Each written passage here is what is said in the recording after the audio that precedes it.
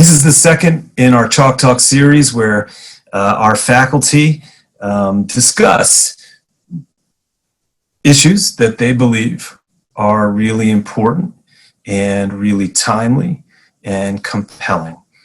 We have planned out these Chalk Talks in advance, but not too far in advance, and we are working right up until the last minute to make these fit with the ever-changing facts on the ground.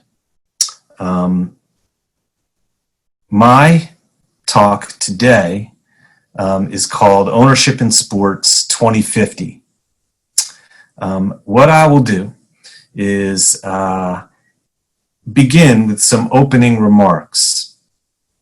I will give like a speech, and then what I really want to do is, after those brief opening remarks, is let you raise issues, ask questions. Hopefully the remarks stimulate and provoke discussion, and please raise those questions in the chat. Don't use the Q&A. I mean, use the chat, and if you want to write your questions down while I'm giving those remarks, and then we can load the chat right after I'm done, or if you want to just kind of like blurt into the chat because you don't forget, that's fine too. So that's what we'll do. Let me now begin my opening remarks about ownership in sports 2050. So some of you may know that I am obsessed with a film on Netflix called High Flying Bird.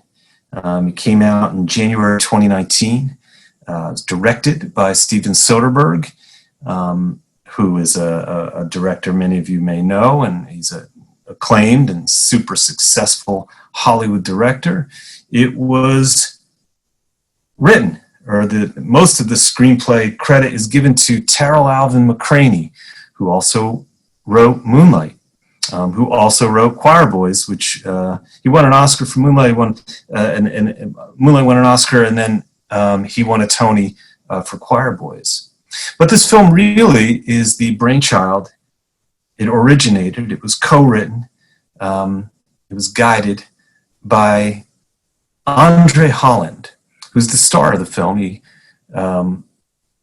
may know him. He played Wendell Smith in the movie 42. He was in Moonlight when the two young boys had their interaction and they meet later as adults. That's him. He's the one working in the diner. He's been in The Knick, which was a Showtime series directed by Steven Soderbergh. He created a radio version due to the pandemic this summer of Richard II, which was going to be at the Delacorte Theater, Shakespeare in the Park. All black voices, which the New York Times just raved about.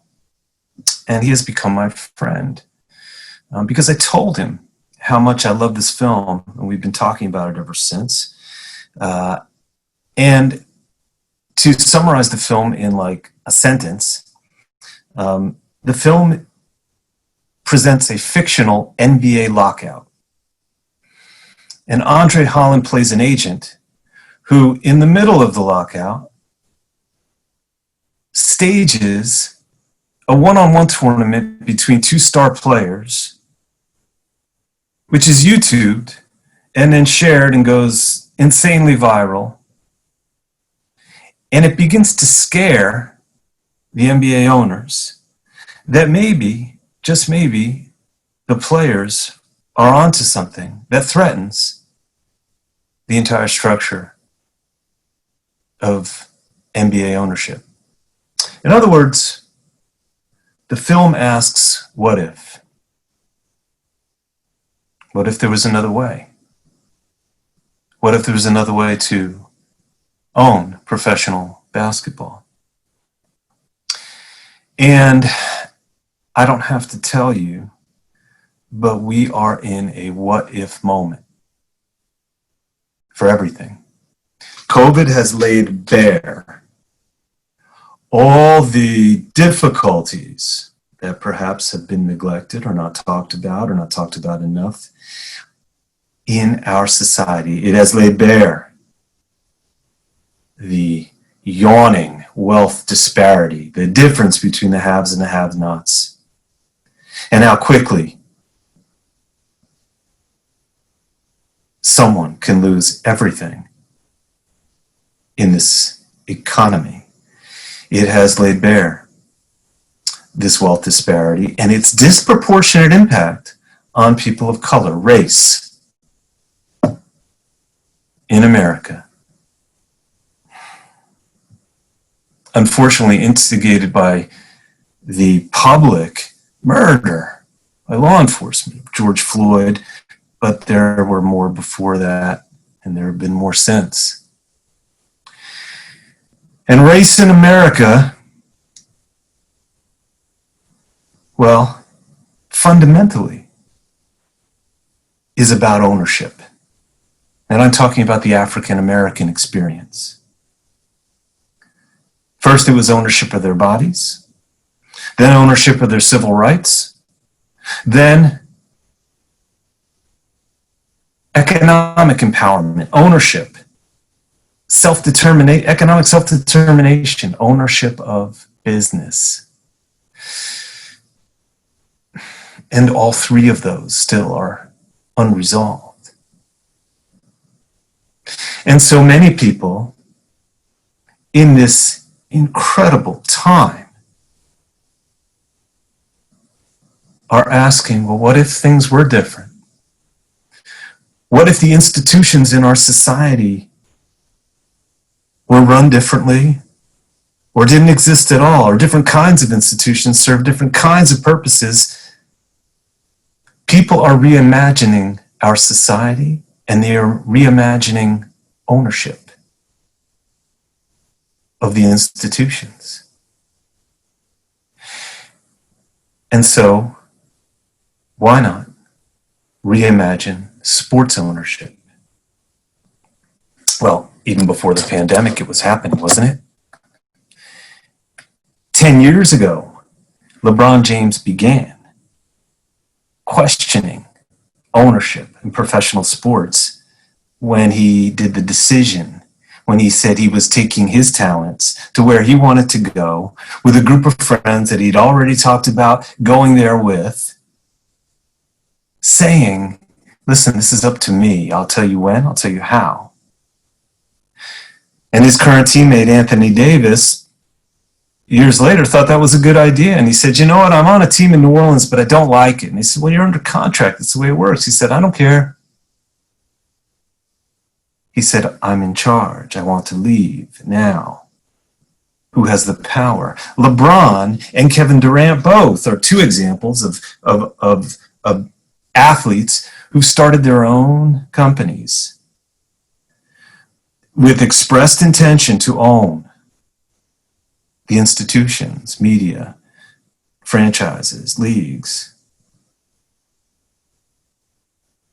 Draymond Green questioned even the word owner, NBA, and they said, you're right, maybe we should think about it differently. Maybe we should call a governor or something else.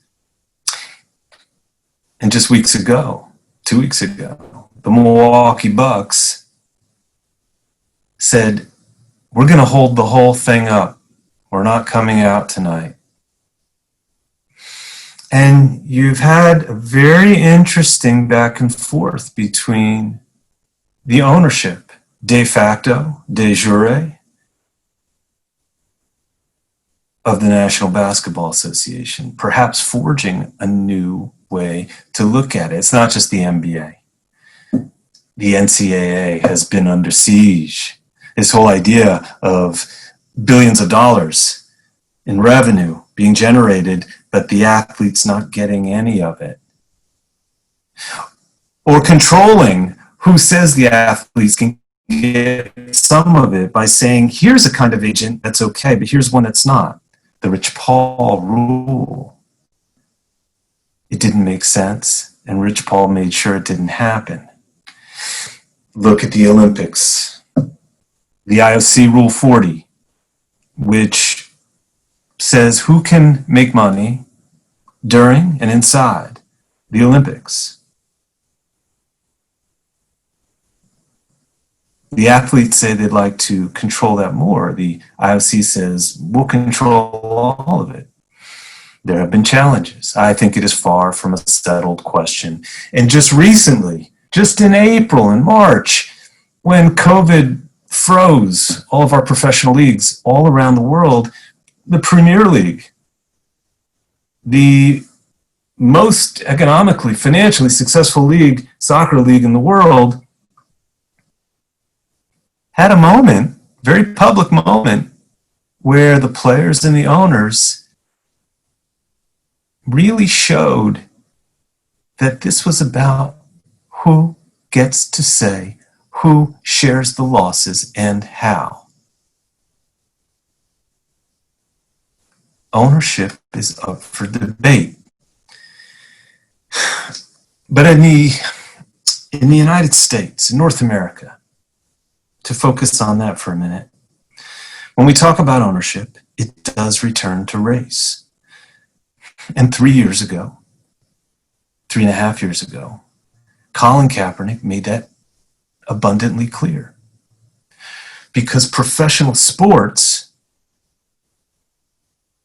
in North America, well, the whole business of it is perhaps a microcosm, or even worse, of systemic racism that people are asking about and challenging. Look at sports media. Just since the pandemic started, The Ringer, founded by Bill Simmons, came under fire once they were sold to Spotify, because 85% of the speakers on the Ringer podcast last year were white. Bleacher Report CEO Howard Mittman left the company after being pressed by the staff about diversity. Barstool founder Dave Portnoy apologized to his whole staff for using terms that offended Black employees. The AP Sports Editor's Racial and Gender Report Card, which was last conducted in 2018, evaluated over 75 newspapers and websites. The results? Sports editors, 85% of them are white, 90% of them are male. Sports reporters, 82% of them are white, 89% of them are male. Sports columnists, 80% white, 83% male.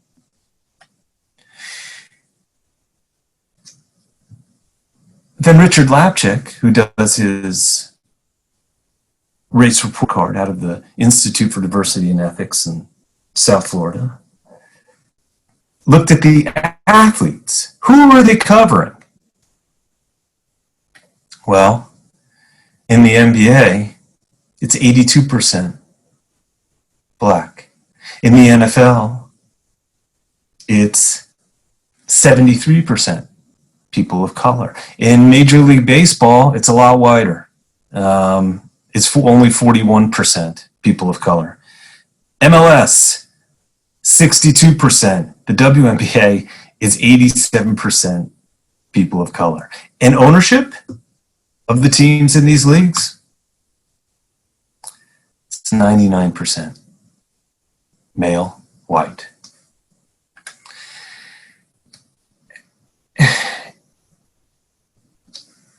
This is an imbalance.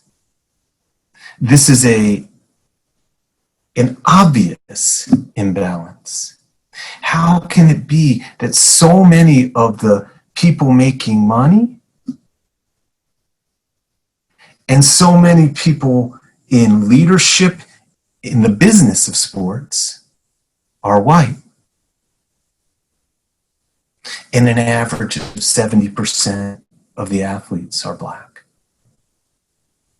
Ownership is in question. And it's not just professional sports. It goes right down to youth sports.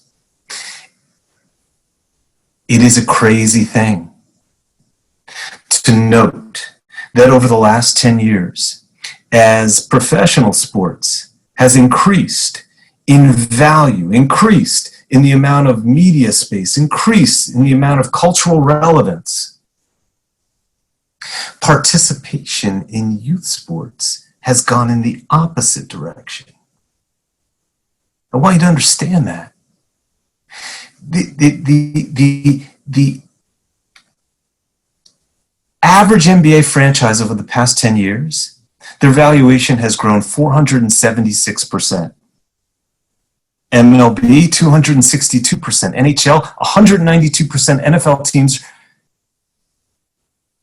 have exploded, going 179%.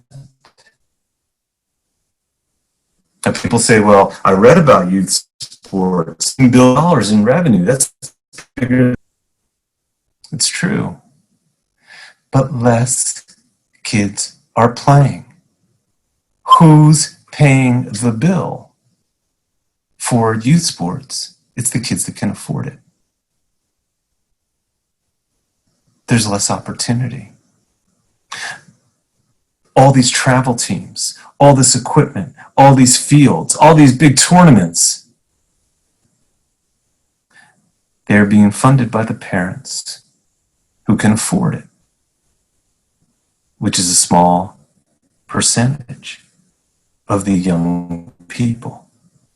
You would think the opposite. You would think the more commercial space, the more economic power, the more media space, the more cultural relevance of something, professional sports, the more influence it would have on young people wanting to do it. It's been the opposite. And the opposite has left all kinds of kids out.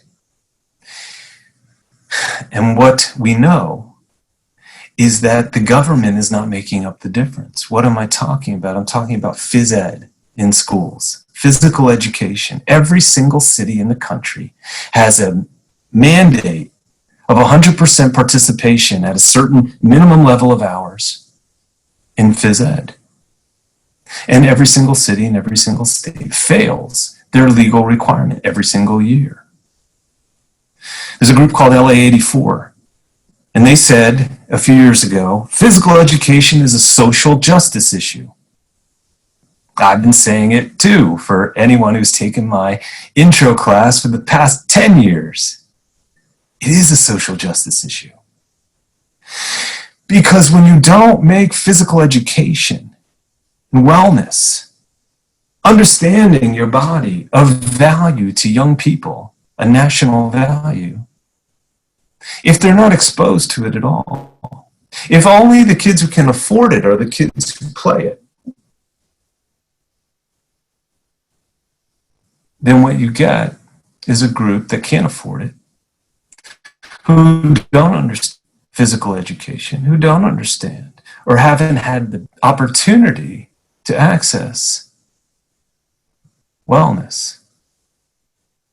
And so in addition to the pressure of racism, obesity and hypertension and obesity-related diseases like diabetes, lack of participation in physical education or physical education-related activities like sports leaves them exposed when the pandemic hits.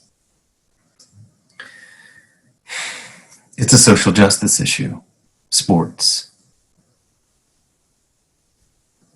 And so the question that I ask is, what function now? What function now is sports in our society? When we reimagine the world we want to have, when we reimagine the police, when we reimagine higher education, when we reimagine the future of work, what is the role of sports in that reimagined society? A society where Black Lives Matter, where health and wellness matters, where wealth inequality matters, where voter suppression matters. I want to know where the current model of ownership in sports fits. Where does hyper-commercialized, antitrust-exempt leagues, tax-exempt stadiums that are eminent domain enabled, publicly funded, where do they fit in the society that has been laid bare with inequities, Where do they fit in our reimagined society?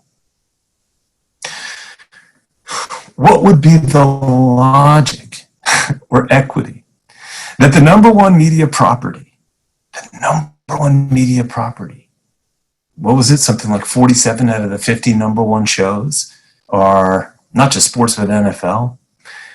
The number one media property in our society only enriches really 90 to 120 white male billionaires who are in a private club that governs 70% of a black athlete talent pool. Is that what we want to rebuild, what we want to reclaim, what we want to make sure happens again? Or is there a better use for all that real estate? Stadiums used to vote, used to heal. Pro sports somehow integrated into public wellness, a vehicle to teach citizenship, not just to accumulate wealth. Economic empowerment of black and brown and female ownership. Where does that begin? Or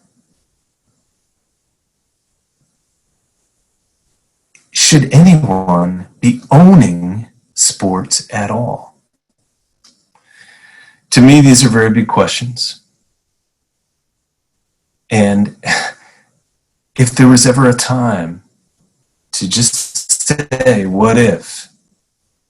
What if we reset ownership in sports? What if we redefined the value sports has in our society? If there was ever a time to ask what if, well, now is the time. We are the people in the academy. And if not now, if we don't ask this question now, when do you ask it?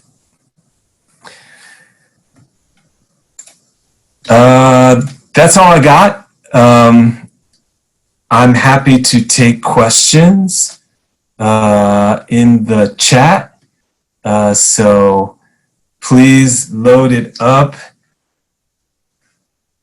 Tell me how crazy I am. Yeah, questions. Anyone? Hit me with it.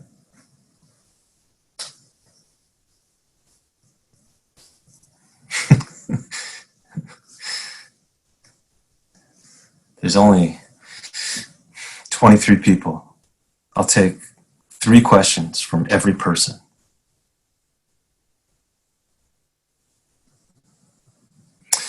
What are your thoughts about, here, so first question from Professor Mahler. What are your thoughts about women's pro sports in this country? My thoughts is we should empower them. I believe that they have not had enough attention given to them. If it were up to me, in the current structure of professional sports, private leagues, I would require perhaps somewhere under Title IX, under FCC law, where it says the only way you can be a broadcast network is if you receive some type of federal relationship. I would have, or a public television station, I would tell PBS that they must broadcast in prime time women's sports at the same level that the major networks or the cable networks do it. Cameron Myler, viable, how do we do this? Wait, there's more. What are Breen from Professor Dr. Newland. It seems like putting, here I gotta make this chat bigger. It seems like putting the genie back in the bottle for some of the points you made. How does this happen? Here's how I believe it happens. I believe that we begin to repurpose and rethink all of our institutions and how their interrelationships can best serve the people of the United States. And in so doing, there may need to be some repurposing of professional sports. Right now we're seeing sports being done without fans, and at least in the case of the NBA, I think it's still very compelling. But what I believe we should have is what other nations have, is a minister of sport. That should be a presidential cabinet position that says sport is a national priority. And we're going to integrate it into all facets of American life, including our commercial structures and our educational structures and our health and wellness structures. And then maybe we don't put the genie back in the bottle, but we begin to restructure, reorg where sports sits. Hopefully that answers Professor Meyer's viability question. Alfonso, is there any chance we'll ever see the ownership model in the US become similar to the way it is in Germany, where the club is owned by the community? Yeah, I think it could start tomorrow. I think, some of my friends, a guy named Dennis, what's his name? Dennis Crowley, guy who created Foursquare, has a soccer team that's community-based in Kingston, New York, called Kingston Stockade. He's published a whole manifesto on it. The only way you can do it is to break down the antitrust exemptions.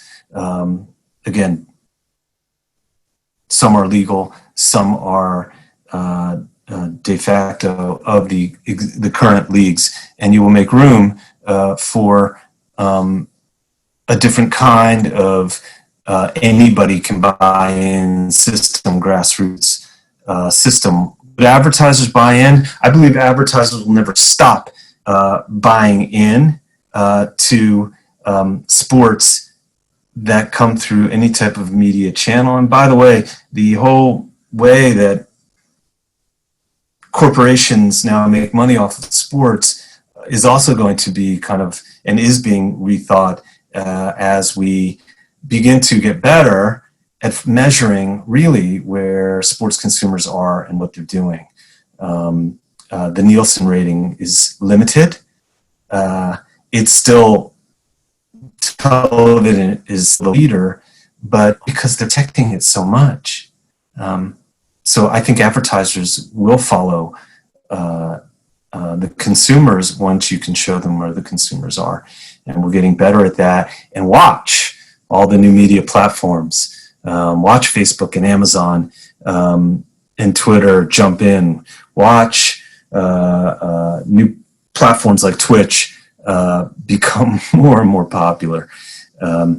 Moshe Bennett, how would you be able to take away all these teams from the owners? That's the hardest question, Moshe. But I think the owners have enjoyed a friend called eminent domain, which is a constitutional power that says the government can take private property for public use if there's a public purpose. Now, it used to be very limited. You couldn't just take anybody's private property for any reason. But since there have been some cases that have expanded that power, particularly the New London case, boy, they've just been taking private property and giving it to professional sports teams all over the country.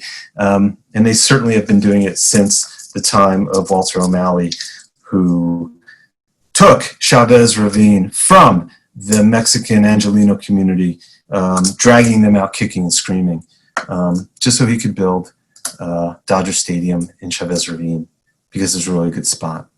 Problem is people are already living there. Was that a public purpose? Stu Seltzer, great topics and words. What is your proposal or next step? The one-on-one tournament? Well, one can imagine athletes self-organizing and saying, come watch us. I mean, the overhead begins to be less and less when you don't need fans in the stands. You see Athletes Unlimited, my friend John Patrikoff, the athletes are kind of, they choose sides and they make money based on how the teams do inside the tournament. It's a interesting way to have athletes kind of be more in control of their individual earnings. But I think there's lots of models. There's lots of models that can be created, but I don't think that we should separate, as we do now, professional sports from the rest of the sports and wellness ecosystem, because it hasn't done very well by the rest of our society. It is the inequality has been widened. The dream of making it out of a bad situation because of sports is a proven fallacy. So we need to kind of break the whole thing and I think thread it back together with different goals in mind. You can still make money off of it, but maybe we need to do it in a little different way. 10, with this major change happening on the definition of ownership of sports, well, it hasn't happened yet, but I'm certainly advocating for it. What should students need to prepare for the next 50 years? What is the ideal plan in sports or communities? I think you need to take control. I think you need to start your own leagues wherever you are. You need to look at sports as something that can be more interesting and tied actually to making your society, your town, a better place. I think you need to see sports because it's different than selling insurance, because it's different than selling commodities, because it's different than just selling sneakers. Sports is a cultural form that, probably since the beginning of man, until he evolved into Homo ludens, all my intro students, will always be compelling. So is the priority for this cultural form in a healthy nation something other than pure commercial maximization? Just like we, as a nation, we have to make decisions about healthcare, just like we have to make decisions about education, we should make decisions about sports. Len, 1, in your world, how do you measure success of a sports league after sponsor sports media network? 2, are you dejected that Facebook and Google have taken 80% of the internet ad dollars and democratization that we hoped for has failed? Are there any models based on consumer form? Are there any capitalists in the room?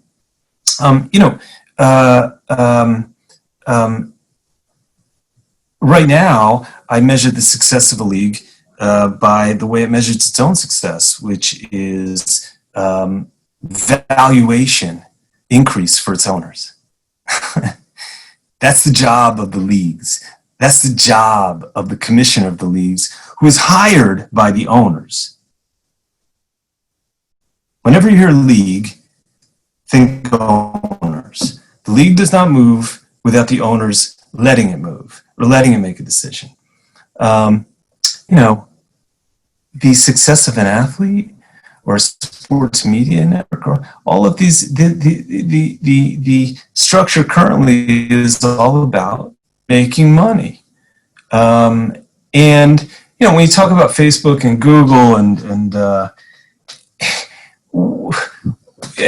Amazon and Scott Galloway has written a book called The Four Horsemen. We are in a time of monopoly, of consolidation of wealth, of absurd antitrust violations, and it's okay. You say, well, are there any capitalists in the room? You know, capitalism doesn't mean you are devoid of ethics. Doesn't mean you are devoid of moral purpose. If it does, then you've created kind of an extremist dynamic. I don't believe in that. I believe we need to throw out kind of vocabulary and create new ways. Alfonso, regarding athletes self-organizing, some believe that players are too rich or tied to owners, or to be true activists would never want to separate themselves from. No, it's not true. Some athletes have. Maya Moore has. Maya Moore is the most heroic professional athlete since Muhammad Ali. Maya Moore, at the prime of her career, like Ali, just stopped playing, dedicated herself completely to emancipating a man who was wrongfully incarcerated. She's trying to change the incarceration system in our country, one human being at a time, through her own sweat, intellect, energy, time. Yes, everyone, including athletes, have to make decisions about how they want to spend their time and what they want to do, and what kind of society they want to live in. I don't believe they're too rich or too tied to owners. Many have expressed themselves, and the fact that you see all this social justice messaging in sports is interesting. Is it enough in this current time? I think every human being has to ask themselves that question on their own. You mentioned that, Alessandro, you mentioned ownership in sports, social justice issue. Well, I said that physical education is a social justice issue. Ownership, period, is. You referred to racism, the pandemic, and it seems the sports ownership landscape is very much a reflection of the social ownership landscape in the world. Yes, it is. So instead of asking what sports ownership model can bring the world next 30 years, should we focus on changing of social ownership landscape, and then maybe sports ownership will follow? I hope so. I mean, that's the idea. I discussed sports ownership in the context of ownership in general. So you're right. I am saying that right now, as we rethink, I mean, aren't we rethinking where we are, and if things are broken or if they work? Aren't we doing that? Isn't that what all discussions are about? Because there are two schools of thought. There is make America great again, and some interpret that as go back to the way we've been doing things. And some are saying the way we've been doing things is not working. Is sports a reflection of that dynamic? Yeah, I believe it is. Bree, from Oscar Gonzalez, what is your opinion on active versus hands-off ownership of the team? I think depends on the owner. If the owner knows what he's doing, I think it's good to have hands-on ownership. I think if you own something, you should have hands-on ownership. It's one of the problems. The ownership of professional sports, which again is a private club, antitrust exempt, you just have to be rich enough and be accepted by the others who are rich enough. And then because it's a closed league, not like Europe where they are open leagues, just joining the club ensures that your valuation will increase in these kind of astronomical percentages. Some care, some don't. Agree. Len says he agrees, and responsibility stakeholders is more important than shareholders. He may be quoting Milton Friedman, Thomas Friedman, or another Friedman that he knows. Thank you, Len. Professor DeLuca. Just Neil, oh my God. Social justice is an incredibly important issue today as we see more athletes advocate for social justice causes. All do you see on these efforts? I think, and I really like this question, but I think that sports owners could be some of the biggest heroes in American society right now. I mean, they can do some amazing things to send messages, to join with their players. Today, in the current form of ownership,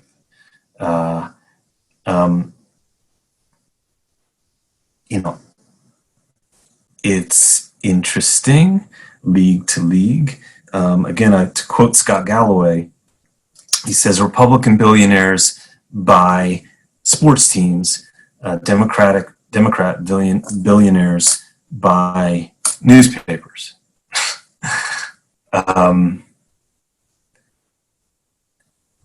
I don't know, what every single sports owner wants to do in this world, but they all have a chance to do something amazing if they choose to, with the power that they have. Professor DeLuca, not to depress everyone, President Trump has already taken credit, yes, for the Big Ten decision. Care to comment? Not about President Trump's taking credit, but I mean, there's no better example of how out of whack things are than when we know college campuses are struggling to make sure that bringing students back to school aren't creating super spreader hotspots, even though many of them are. I think NYU is not, and that's a credit to what NYU's put forward. But when the NCAA and presidents of universities at the Big Ten say, we're not doing this just for money, and they put so many people and athletes at risk just to play football because, what? The educational value of playing games and being part of a varsity athletics? No, they're doing it for money. And it is so obvious, and it's so gross, and it's so life-threatening. This is like Exhibit A or B or any exhibit you want to put for my case that says things are out of whack. The NCAA and these colleges have tied their economic model, which is already like not a good one, to the revenue generated by these for-profit side businesses. It is not the best interest of sports, what's happening in big-time college athletics. Stu Seltzer, your students are lucky to have you and share this debate with you. Reminds me of a class plan I saw called How Basketball Can Save the World or something like that. Is the first step just to talk about it. Maybe you created a Hollander NYU Sports Plan. 5 things should be done now. You're really good at this. Maybe you should have a podcast. Get your message across that way, an interview. Thank you, Stu. Thank you, Professor Seltzer. Coming from one of the real great strategic and creative thinkers in the business of sports, Professor Stu Seltzer, it's a great compliment. And I know how seriously you take, Stu, the opening of these discussions, the freedom to question where we are. And one other thing I want to thank you for with this question is, you're a person who operates quite successfully. You're a leader, in much of the sports licensing space. And so you have an interest to protect here, but you have the courage to talk about it academically, truthfully, logically. And this is the thing, going back to Paducah's question. All of the sponsors, all of the athletes, all of the sports media companies, all of the financial stakeholders, and there's so many.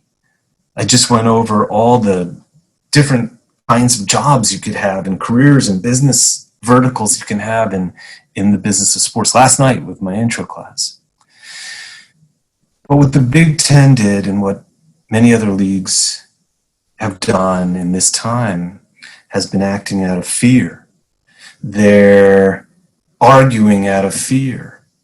And you cannot approach the future from a fear-based posture.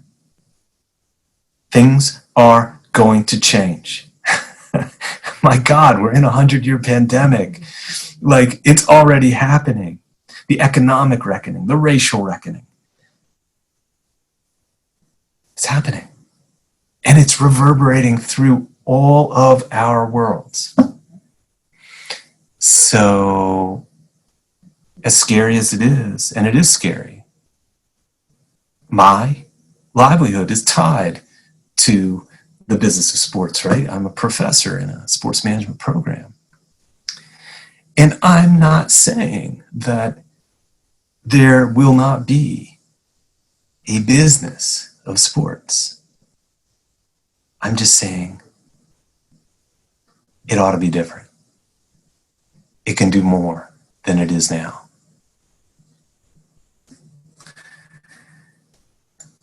Am I missing any questions? We have 9 minutes.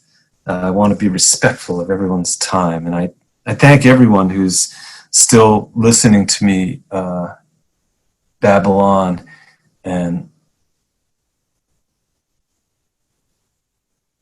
thank you. So I will let the time continue. You know, I'll bring up one other thing.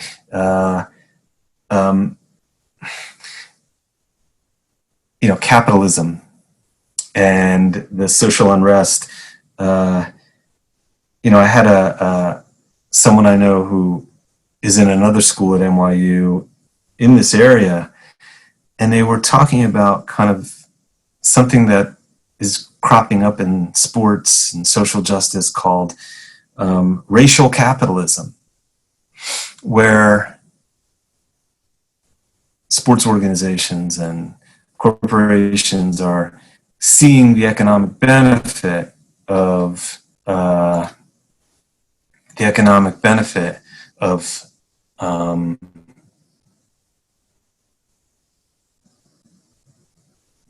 taking a pro-social justice stance, even though they may not be looking to actually, sincerely crave social justice. But is it terrible that they're putting their money where their mouth is? Probably not.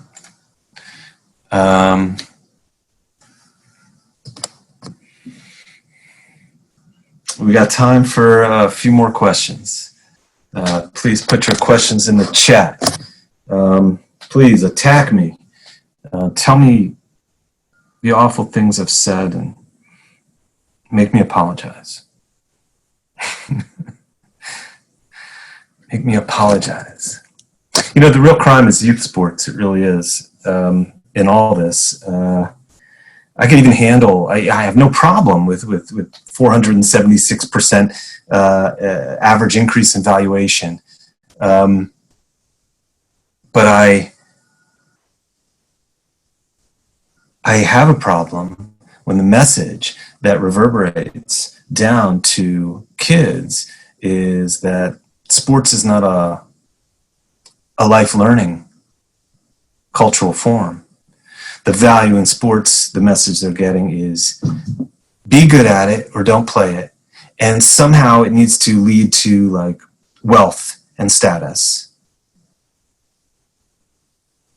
There's so much more joy to be had.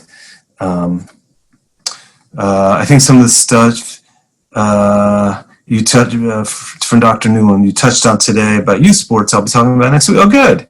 That's great. Awesome. Everyone should tune in next week to Dr. Bree Newland's talk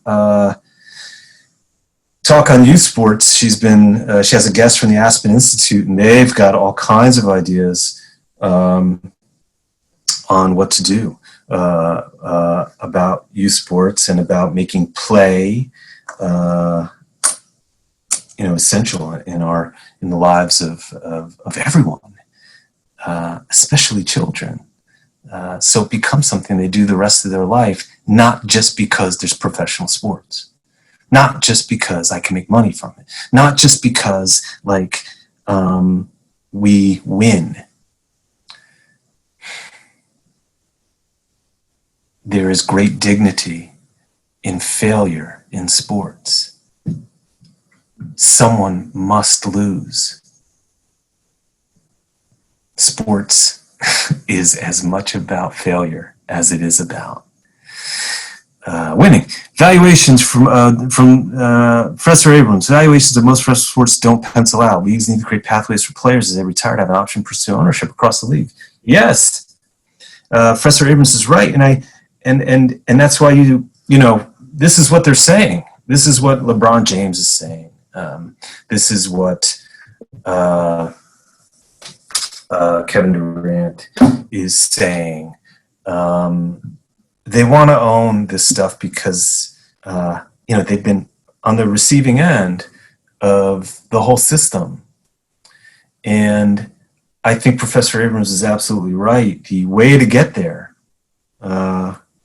Professor Abrams is a problem solver. One of the ways to get there is perhaps say, okay, right now, we're going to insist on making sure we create racial equity in our ranks across power positions in the business of sports. Right now, insist on it. That's something the owners can do.